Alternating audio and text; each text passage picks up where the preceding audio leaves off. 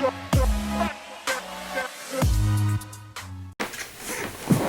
YouTube, it's your boy Dark Chocolate DX, and I'm going to talk to you guys about Fox's upcoming movie X-Men Apocalypse.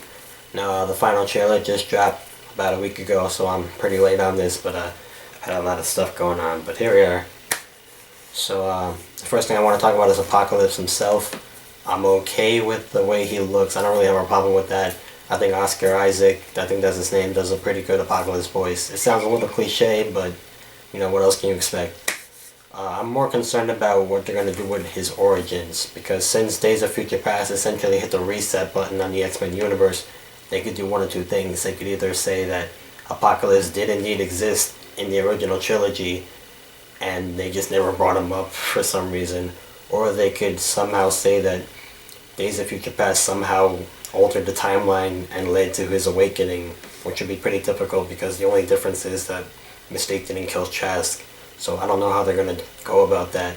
It'll be interesting to see what they do there, since it looks like we're working with the past versions of the characters. We see a lot of new and old characters. We see Havoc. I'm glad to see Havoc back. The last time we saw him was in Days of Future Past, where he was in that military facility and Mystique rescues all those mutants.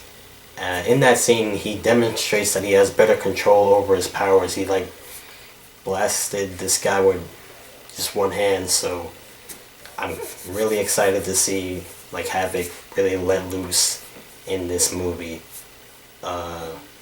Apocalypse has 4 horsemen, as he does in the comics. He has in this movie Magneto, Psylocke, Archangel, and Storm. I'm really excited to see Archangel because, you know, in the X-Men trilogy, or the third one, Angel, all he can do is fly, and you know, that's cool and all, but there are several other characters in the X-Men universe that can fly and do other things in addition to that. So normal Angel can, to me, in my opinion, is kind of lame, which is why I'm really excited to see Archangel, because he deserves more action. I'm also excited to see Storm as a horseman, because the trailer doesn't really say if like she's a horseman from the beginning or if she's going to become one, because Storm has, her past hasn't been done in any other movie, so this is their chance to really like go into depth with her character, which would be great because she didn't really get a lot of character development in the trilogy. She was kind of just there, so I'm really excited to see Storm as well. Nightcrawler's back. We didn't really see too much of him in the trailers, but it's good to see him back. He's such a well-loved character. What else I want to talk about?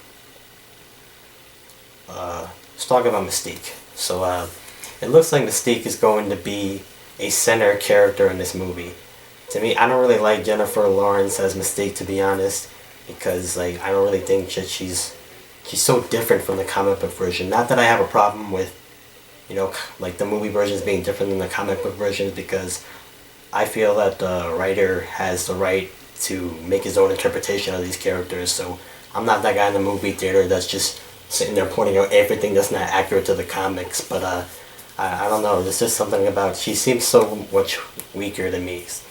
And I really like the, I forgot her name, but the actress that played her in the trilogy much better. But I'm glad that she's going to be the focus though, because we have to see how she changes, how she becomes different than the trilogy Mystique, because, you know, in this timeline she doesn't kill Trask, so she's going to become a completely different person. I'm also glad to see her as the central character, because Wolverine isn't. At the end of the trailer, of the last trailer, we see 3 claws pop, and we know what that means. I was led to believe that he wasn't going to be in the movie, but I guess he is. I was okay with him not being in the movie because, you know, since X-Men 2000, you know, we've seen more than enough of Wolverine. Like, I'm pretty sure First Class was the only X-Men movie where he wasn't like the center of the movie. In addition to that, he also got 2 solo films, so I had enough of Wolverine. So I'm glad Mystique is going to be the focus. Wolverine's got 1 more movie left, and then Hugh Jackman is done, so I don't know who's going to play the new character. But yeah, so I'm pretty excited about this movie. The CGI, all in all, looks great to me. Like, it doesn't look as, like, we've come a long way since the 2000 X-Men movie, because, you know, looking at the trailer, when Storm appears, she looks epic. Magneto, Havoc, they all look great in the trailer. So, yeah, after the movie comes out and I watch it, I'll probably make a little review of the movie myself. Can't wait. I'll catch you guys later.